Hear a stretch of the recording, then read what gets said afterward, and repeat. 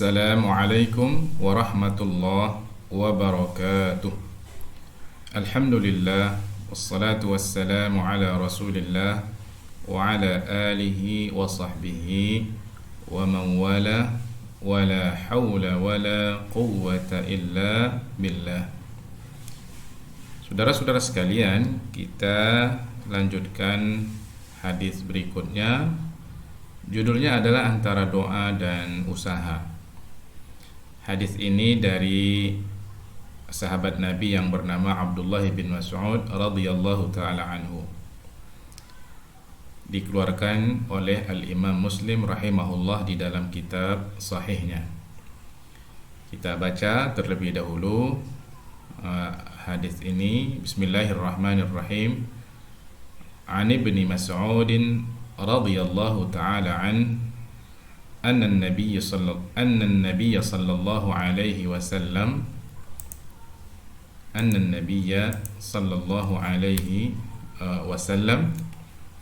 kana yaqul Allahumma inni as'aluka al-huda wat-tuqa wal-'afafa wal-ghina. Rawahu Muslim.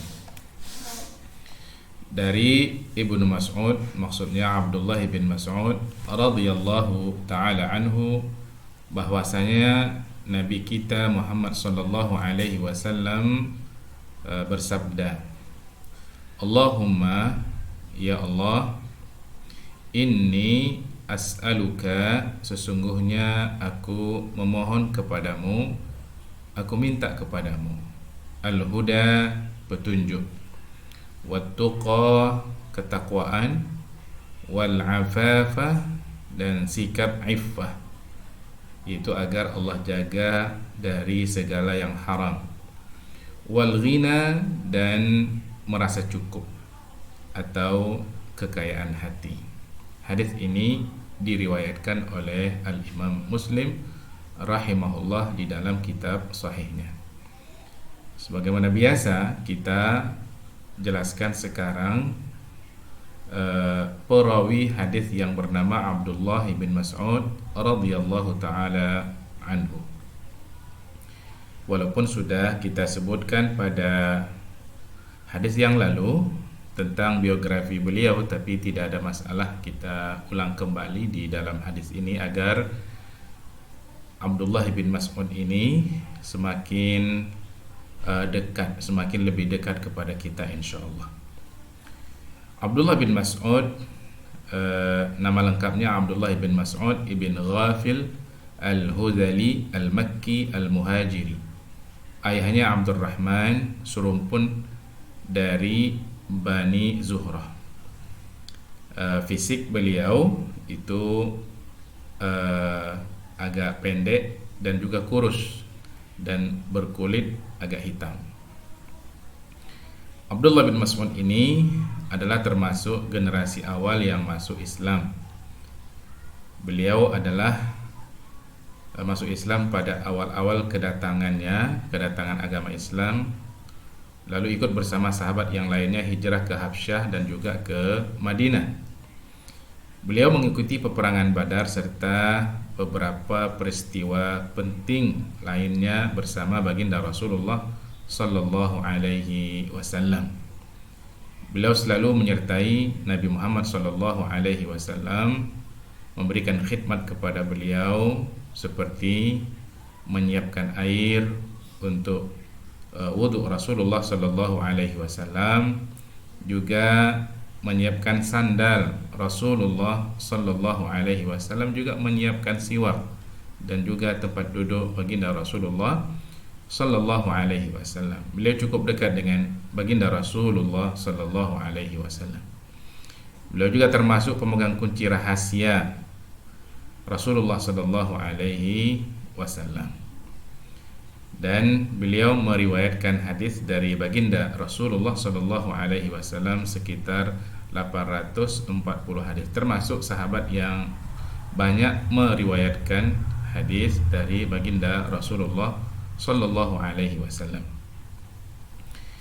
Di antara perkataan beliau tentang dirinya, ya, pernah beliau katakan, aku sudah pernah melihat semuanya dan aku nyatakan tidak ada di muka bumi yang muslim selain kami.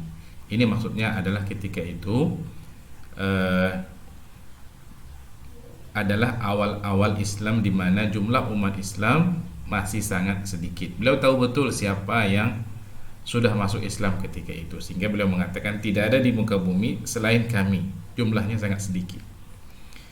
Kemudian setelah hijrah ke Madinah, beliau dipersaudarakan oleh baginda Rasulullah Sallallahu Alaihi Wasallam dengan Sa'ad ibn Mu'az. Kita tahu Sa'ad ibn Mu'az ini adalah sahabat Rasulullah Sallallahu Alaihi Wasallam dari kalangan Al-Ansar, dan ketika beliau wafat itu arasy bergegar. Ini orang soleh ya. Beliau juga pernah menceritakan, ya, kata beliau, ini menceritakan tentang dirinya, ya. Aku pernah mengambil kayu siwak, ya. Maka angin meniup bajuku sehingga menyingkap betisku, nampak betisnya. Dan itu dilihat oleh para sahabat ketika itu dan mentertawakan dia. Nah, melihat hal itu Rasulullah Sallallahu Alaihi Wasallam yang berada di sekitar mereka seraya memberikan pembelaan. Kenapa kalian tertawa? Kata Rasulullah Sallallahu Alaihi Wasallam. Maka para sahabat waktu itu menjawab, ya Rasulullah, kami lihat betisnya kecil. Nah, beliau mengatakan, yakni baginda Rasulullah Sallallahu Alaihi Wasallam mengatakan, demi zat yang jiwaku berada di tangannya, wallazi nafsi biyadihi, sungguh kedua betisnya itu lebih berat timbangannya daripada gunung Uhud. Ya, ini pujian Rasulullah Sallallahu Alaihi Wasallam kepada Abdullah bin Mas'ud radhiyallahu taala anhu. Beliau juga pernah mengatakan, ya, kata beliau, demi Allah yang tidak ada ilah, tidak ada Tuhan, ya, yang berhak untuk disembah selain Allah Subhanahu wa taala, selain Allah Subhanahu wa taala, tidaklah ada surat dari Al-Qur'an yang turun melainkan aku telah mengetahui di mana turunnya, dan tidak ada pula turun sebuah ayat dari Al-Quran kecuali aku mengetahui tentang apa diturunkan. Dan kalau sekiranya aku mengetahui ada seorang yang lebih mengetahui dariku daripada kitab Allah Subhanahu wa taala, ya, pastilah aku akan mendatanginya dimanapun dia berada. Nah, ini menunjukkan bahwa Abdullah bin Mas'ud termasuk orang yang paling paham tentang Al-Quran Al-Karim. Kenapa? Karena beliau tahu kapan ayat itu turun, di mana turunnya dan bagaimana turunnya, dan beliau senantiasa kalau tahu di sana ada orang yang lebih paham dari dia tentang Al-Quran, pasti dia akan datangi walaupun tempatnya itu cukup jauh. Nah, kemudian baginda Rasulullah Shallallahu Alaihi Wasallam juga pernah bersabda, kata Nabi, ambillah oleh kalian Al-Quran dari 4 orang. Pertama adalah Ibnu Ummu Abad. Beliau ini adalah Abdullah bin Mas'ud, ya. Kemudian Muadz bin Jabal, Ubay bin Ka'ab, dan Salim, mantan sahaya Hudzaifah, maula, ya, Abi Hudzaifah. Kemudian berikutnya Umar bin Khattab radhiyallahu taala anhu pernah mengatakan tentang beliau, tak ubahnya bejana yang banyak menampung ilmu. Beliau mengatakan seperti itu kenapa? Karena melihat umurnya yang masih kecil, namun bersamaan dengan itu Abdullah bin Mas'ud adalah orang yang paling tahu tentang ilmu di kalangan para sahabat Rasulullah Sallallahu Alaihi Wasallam. Makanya disebut Abdullah bin Mas'ud ini min fuqaha'i as-sahabah, ya. Beliau mengatakan, Abdullah bin Mas'ud pernah juga mengatakan, sesungguhnya aku paling benci melihat seseorang yang banyak waktu luang namun tidak ada amalan. Ya, paling benci beliau melihat orang punya banyak waktu luang tapi dia tidak beramal, ya, baik dunia ataupun akhirat. Nah, Abdullah bin Mas'ud ini meninggal di Madinah, dikuburkan di Baqi pada tahun 32 Hijriah. Baik, kita teruskan. Apa intisari dari hadis ini? Di antara intisarinya adalah pertama menjelaskan tentang kalau orang berdoa minta kepada Allah tentang sesuatu, sesungguhnya itu mencerminkan, menunjukkan itulah obsesinya. Ya, di sini Rasulullah SAW minta kepada Allah, pertama, Allahumma inni as'aluka al-huda yang pertama, wat-tuqa wal-afafa wal-ghina. Itulah obsesi Rasulullah SAW. Al-huda, ya, at-tuqa, petunjuk, taqwa, al-afaf, sikap aifah, dan juga al-ghina. Ghina ini adalah merasa cukup. Jadi jadikanlah obsesi kita ya seperti itu. Itu yang diajarkan oleh baginda Rasulullah Sallallahu Alaihi Wasallam. Ada orang obsesinya dunia, semua yang dia minta dunia. Ada yang akhirat saja, ada yang dunia akhirat. Ya, nah kita gabungkan. Ya, kalaupun kita minta dunia dan kita berharap dunia itu menjadi mazra'atul akhirah bagi kita, sebagai ladang untuk kita tanam seluruh kebaikan, nanti kita panen di akhirat. Jadikan obsesi kita seperti itu. Kita tidak mempertentangkan antara dunia dan akhirat, ya. Dunia kita minta, akhirat apalagi, ya. Jadikan yang penting dunia ini kita jadikan adalah sebagai mazra'ah, tempat menanam, ya, segala kebaikan nanti kita panen di akhirat. Jadikan obsesi kita seperti itu. Yang kedua adalah dari hadis ini menyadarkan kita tentang keterbatasan manusia. Jelas tanpa bantuan Allah Subhanahu wa taala kita tidak bisa berbuat apa-apa. Kenapa? Karena kita manusia punya keterbatasan yang sangat banyak sekali. Rasulullah saja ya minta kepada Allah Subhanahu wa taala. Artinya kalau Rasulullah minta kepada Allah, apalagi kita, ya. Nah, ini rajin-rajinlah minta kepada Allah. Kita, ya, kalau makin banyak kita minta kepada Allah, maka Allah semakin sayang, maka Allah akan semakin cinta, ya. Semakin kita tidak mau minta, Allah akan semakin tidak suka. Beda dengan manusia. Manusia kalau kita minta kepada manusia, ya, semakin banyak kita minta, dia semakin tidak suka. Itulah bedanya. Maka mintalah kepada Allah Subhanahu wa taala. Kalau kita lihat orang banyak harta, jangan cemburu, jangan hasad. Mintalah kepada Allah. Apa yang ada pada sisi Allah Subhanahu wa taala jauh lebih banyak daripada apa yang Allah Subhanahu wa taala sudah berikan kepada manusia tersebut. Nah, yang ketiga, apa kaitan antara hidayah, ketakwaan, aifah, ya, sikap aifah, dan juga al-ghina, yaitu perasaan cukup, ya. Apa kaitannya? Nah, kaitan di sini kita lihat satu-satu, ya. Tadi doa Nabi, Allahumma inni as'aluka al-huda, ya Allah aku minta kepadamu al-huda, hidayah.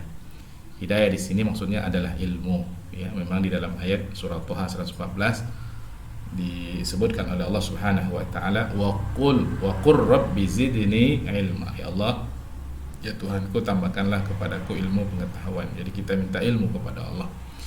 Ya, itu yang juga diminta oleh baginda Rasulullah sallallahu alaihi wasallam. Ya, juga minta petunjuk, ihdinas siratal mustaqim, ya Allah tunjuki kami ke jalan yang lurus. Itu taufik, ya.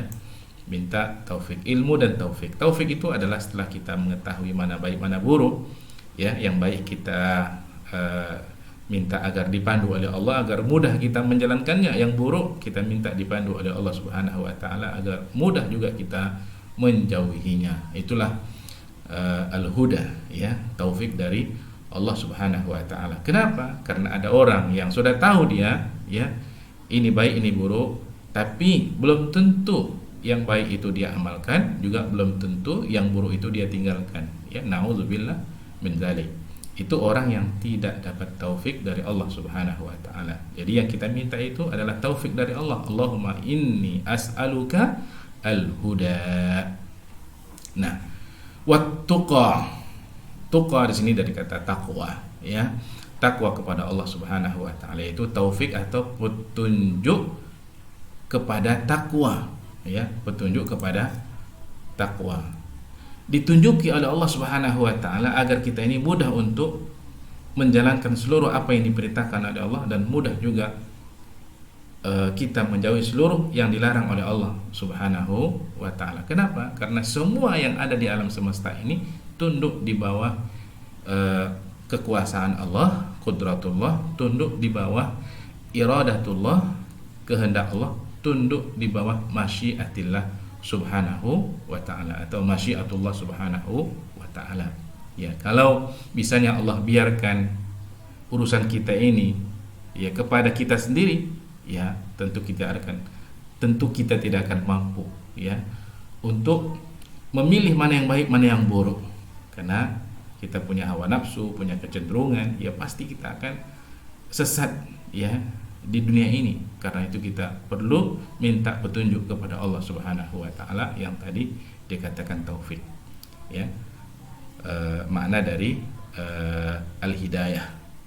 Maka ketika Allah Subhanahu wa taala berikan taufik kepada kita, maka insyaallah kita akan bisa istiqomah dalam menjalankan kebenaran ya. Karena itu ya, itu Nabi mengajarkan kepada anaknya Fatimah agar selalu berdoa, doa yang bagus untuk kita amalkan ya. Ya Hayyu ya Qayyum bi rahmatika astaghits. Wahai Allah yang maha hidup, yang maha berdiri sendiri ya, yang tidak butuh kepada sesuatu pun, kepada siapapun, birahmatika, dengan rahmatmu ya, astaghitsu, aku minta pertolongan, wa aslih li sya'ni, ya Allah perbaikilah segala urusanku, kullah, semuanya. Ini yang paling penting, wala takilni ila nafsi tarfata ainin abadan, ya Allah jangan engkau serahkan kepadaku urusan itu hanya kepadaku ya, walaupun hanya sebentar, sekejap mata, tanpa ada pertolongan daripadamu selamanya ya. Jangan pernah engkau biarkan aku sendirian tanpa dipandu olehmu ya Allah ya. Karena itu kita perlu minta takwa, taufik, agar diberikan bimbingan oleh Allah Subhanahu wa taala untuk selalu bisa kita bertakwa kepada Allah Subhanahu wa taala. Yang berikutnya adalah al-iffah wal afafah. Iffah di sini maksudnya adalah agar terjaga dari hal-hal yang diharamkan oleh Allah Subhanahu wa taala. Jadi kata para ulama di sini al-'athfu al-khas 'ala al-'am. Ya, al-khas itu adalah iffah. Iffah itu adalah agar kita terjaga dari hal-hal yang haram, dan ini sesungguhnya adalah bagian dari takwa. Jadi mengatofkan ya yang khusus yaitu iffah dari yang umum. Ya, yang umum itu adalah takwa. Jadi iffah itu adalah bahagian dari takwa itu sendiri. Yang berikutnya yang kita minta kepada Allah adalah al-ghina. Maksud al-ghina di sini adalah al-ghina 'anil khalqi. Ya, kita tidak bergantung kepada makhluk. Kita hanya bergantung kepada Allah Subhanahu wa taala. Nah, kalau kita bisa bersikap iffah dengan apa yang ada pada orang lain, maka kita akan mempunyai izzah, mulia kita di hadapan Allah Subhanahu wa taala, dan juga mulia kita di hadapan manusia. Tapi kalau kita terlalu bergantung kepada manusia, kepada orang, maka kita akan menjadi orang yang hina. Orang juga tidak suka ya kalau kita bergantung kepada orang lain. Maka dalam sebuah hadis yang disebutkan oleh baginda Rasulullah sallallahu alaihi wasallam, ya, ada seorang laki-laki datang kepada Nabi lalu bertanya, "Ya Rasulullah, dullani ala amalin idza amiltuhu ahabbanillahu wa ahabbanin nasu." Ya Rasulullah, coba tunjukkan kepadaku satu amalan, jika aku amalkan Allah akan mencintaiku dan juga manusia akan mencintaiku. Apa kata Rasulullah sallallahu alaihi wasallam? Kata Nabi, izhad fid dunya, zuhudlah kamu kepada dunia, yuhibbukallah, maka Allah akan mencintai engkau. Wazhad fi ma 'indan nas, yuhibbukan nas, maka zuhudlah engkau kepada manusia. Kau jangan terlalu bergantung kepada manusia, maka manusia akan mencintaimu. Hadzal hadis haditsu hasan rawahu Ibnu Majah wa ghairuhu bi asanida hasanah. Ya. Jadi sekali lagi, jangan terlalu bergantung kepada manusia. Bergantunglah kepada Allah Subhanahu wa taala. Kita akan menjadi orang yang memiliki izzah, mulia di hadapan Allah dan juga di hadapan manusia. Gantungkan hanya kepada Allah Subhanahu wa taala. Orang selalu mengatakan kalau kita banyak berharap kepada manusia, kita akan banyak kecewa. Tapi kalau kita berharap kepada Allah Subhanahu wa taala, terus terang kita tidak akan pernah kecewa. Ya, karena Allah itu Maha Kasih dan Maha Sayang. Kalaupun Allah belum beli sekarang, Allah belum bagi sekarang, itu artinya sesuai dengan hikmah yang diinginkan oleh Allah Subhanahu wa taala, dan semua hikmah itu adalah baik. Dan yang terakhir adalah kita berupaya untuk meraih isi doa tersebut. Ya, ketika doa kita ini kita panjatkan kepada Allah Subhanahu wa taala, maka kita harus berikhtiar setelah itu untuk mengamalkan doa ini dalam kehidupan kita sehari-hari, ya. Jadi sikap takwa kita ikhtiarkan, ya, yaitu kita berusaha menjalankan perintah Allah dan menjauhi larangan Allah Subhanahu wa taala. Setelah kita minta kepada Allah agar senantiasa diberikan taufik untuk melakukan kebaikan, kita harus berikhtiar, ya, bersikap iffah, ya, merasa cukup, minta kepada Allah agar kita terhindar dari hal-hal yang dilarang oleh Allah Subhanahu wa taala. Karena itu kalau di hadapan kita ada yang haram, maka kita harus mampu menahan diri kita untuk tidak mengambilnya atau untuk tidak melakukannya, ya, atau untuk tidak mengucapkannya. Dan yang berikutnya adalah al-ghina, kita mesti merasa cukup. Harus kita latih nih, apa yang Allah bagi kepada kita harus kita latih, ya, bersikap iffah. Walaupun terkadang ini agak berat, tapi kalau kita biasa melakukannya, insya Allah itu akan menjadi lebih mudah. Jadi itulah syarahan ringkas dari hadis tentang antara doa dan usaha, di mana doa yang diajarkan oleh Rasulullah sallallahu alaihi wasallam kepada kita adalah Allahumma inni as'alukal huda wat tuqa wal afafa wal ghina. Assalamualaikum warahmatullahi wabarakatuh.